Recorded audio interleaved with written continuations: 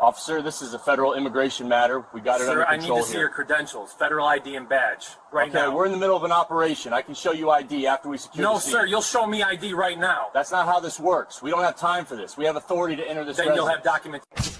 Rain hammered against the windshield the night Deputy Marcus Hale made the biggest mistake of his career.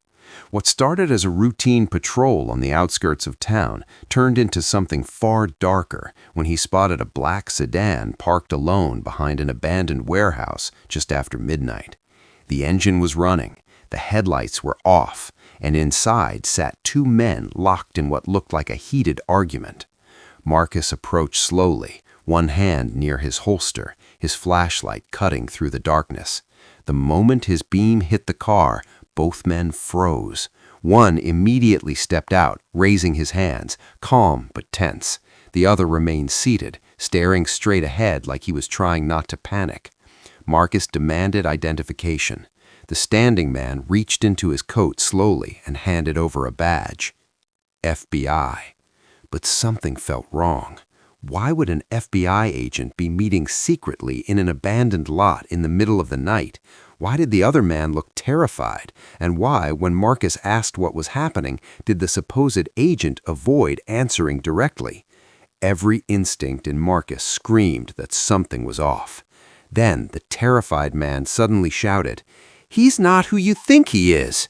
Chaos exploded instantly. The so-called FBI agent lunged toward the witness, grabbing him by the collar. Marcus reacted without thinking, tackling the man to the ground, slamming cuffs onto his wrists as backup sirens wailed in the distance. The man kept shouting the same thing over and over. "You're making a mistake. I'm federal." But Marcus ignored him, because standing over that handcuffed stranger in the mud, Deputy Hale believed he had just stopped a corrupt agent in the middle of a criminal conspiracy. He had no idea. He had just arrested one of the most important undercover FBI operatives in the country, and by morning, everything Marcus thought he knew would be destroyed. Before we continue with this video, please like, subscribe, and turn on the notification bell for updates. Deputy Marcus Hale had worked law enforcement for nearly 12 years, and in all that time, he trusted one thing above everything else: his instincts. That night, every instinct told him the man claiming to be FBI was dangerous. The warehouse district was known for drug deals, trafficking, and gang exchanges. Nobody met there after midnight unless they were hiding something.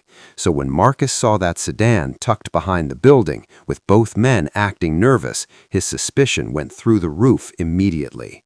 The handcuffed man remained calm despite being pinned against the hood of Marcus's cruiser. "You don't understand what you've done," he growled. Marcus shoved him harder against the metal. "Save it for internal affairs." The terrified second man, the one from the car, kept backing away nervously, shaking like crazy. Marcus turned toward him. "Talk. What was this meeting about?" The man swallowed hard. He said he needed information." "What kind of information?" "I don't know, I swear." The FBI agent suddenly screamed, "Don't tell him anything." Marcus saw red. That confirmed it in his mind. This wasn't some clean federal operation. This was dirty. Backup arrived, and the agent was dragged into custody while still shouting warnings. At the station, Marcus proudly handed over the arrest paperwork, charging the man with assault, resisting detention, and suspicion of conspiracy. But then came the first strange moment. The desk sergeant stared at the ID Marcus had confiscated, then stared again, then slowly looked up. "Marcus, what? This badge is real."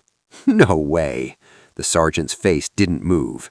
"Not fake. Verified federal issue." Suddenly the station phone rang, then another, then another. Within 10 minutes, black SUVs pulled into the lot outside. Men in suits stormed through the front doors like the building was under attack, and standing in front of them was a stone-faced woman with ice in her voice. "Who arrested Special Agent Connor Hayes?" Marcus felt his stomach drop. Every officer in the station went silent. Connor Hayes? Not just FBI. Special Agent Hayes was one of the Bureau's top undercover operatives, a man rumored to be working national-level cases involving organized crime and domestic terror cells. Marcus stared through the holding cell window at the man he had arrested. Connor slowly lifted his eyes toward him and smiled, not with amusement, with dread, because then Connor said words Marcus would never forget. "You just got my informant killed." The room went ice cold. Marcus's heartbeat pounded in his ears. "What did you say?" he whispered. Connor stepped closer to the bars. "I was about to get my informant out of the city. Then you showed up." Marcus spun toward the station lobby. "Where is he?" But nobody answered, because the informant was gone, vanished. Sometime during the chaos, while the station was consumed by the FBI's arrival, the witness had slipped out unnoticed. Connor slammed his fist against the bars. "You don't get it, Deputy. The second he ran, they knew he flipped." Panic erupted instantly. The FBI mobilized. Phones rang non-stop. Officers scrambled. Tactical teams were dispatched. Marcus stood frozen, trying to process the disaster unfolding around him. Then one FBI supervisor walked directly up to him. "You've compromised a federal sting, endangered multiple agents, and likely signed that informant's death warrant."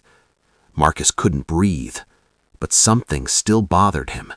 If Connor was legitimate, why had the informant screamed that strange warning? "He's not who you think he is!" Marcus replayed it in his head again and again. Hours later, unable to shake the feeling, Marcus reviewed body cam footage frame by frame. And then he noticed something. Right before Connor was tackled, the informant had slipped something into Marcus's jacket pocket. Marcus frantically checked the coat hanging nearby. Inside the pocket was a tiny flash drive. His hands trembled. He plugged it into a station computer. Folders opened.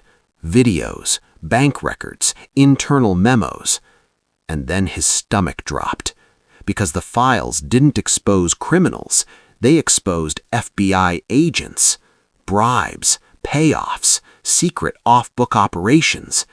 Dozens of names, high-ranking federal officials. Connor Hayes entered the room behind him. Marcus spun around in panic. Connor stared at the screen, then slowly closed the door. His voice dropped low. "That drive wasn't meant for you." Marcus backed away.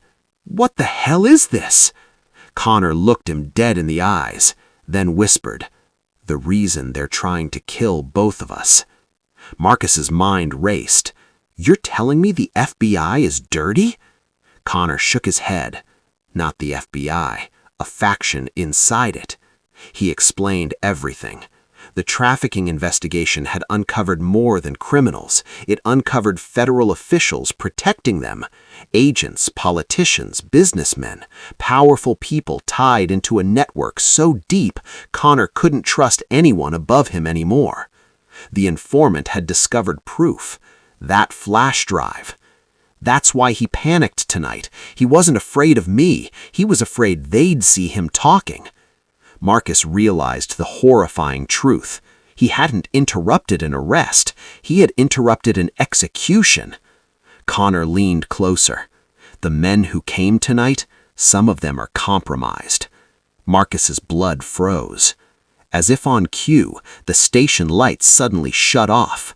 Darkness swallowed everything. Then gunshots erupted downstairs. Screams, glass shattering. Connor grabbed Marcus. "They're here." Armed men stormed the station. Not criminals, federal tactical gear, but no badges, no names. Only one goal: erase everyone tied to that drive. Marcus uncuffed Connor immediately. The two men barricaded the room as bullets tore through the walls. Connor looked at Marcus with deadly calm. "You arrested me tonight, Deputy." He loaded his weapon. "Now help me survive it." Marcus and Connor fought their way out through the station in pure chaos. Bullets ripped through hallways. Corrupt agents hunted them room by room.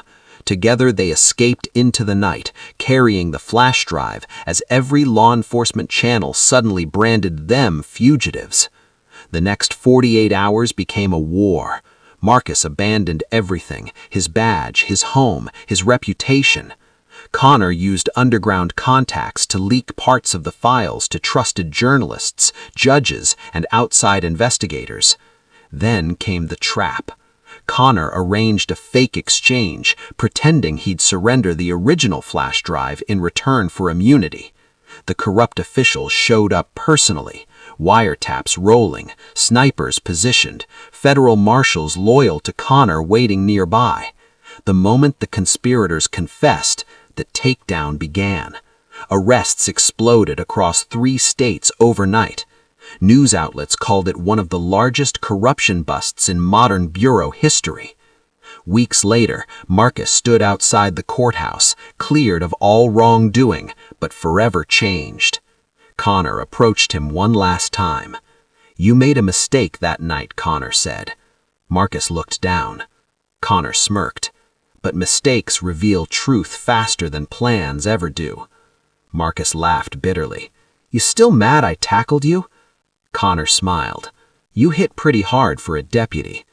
They shook hands, and as Connor walked away, Marcus stared into the sunrise, knowing one truth. The strangest meeting of his life had nearly destroyed him, but it also exposed monsters hiding behind badges. Final line. He thought he was arresting a criminal that night, but instead he uncovered a war buried inside the law itself.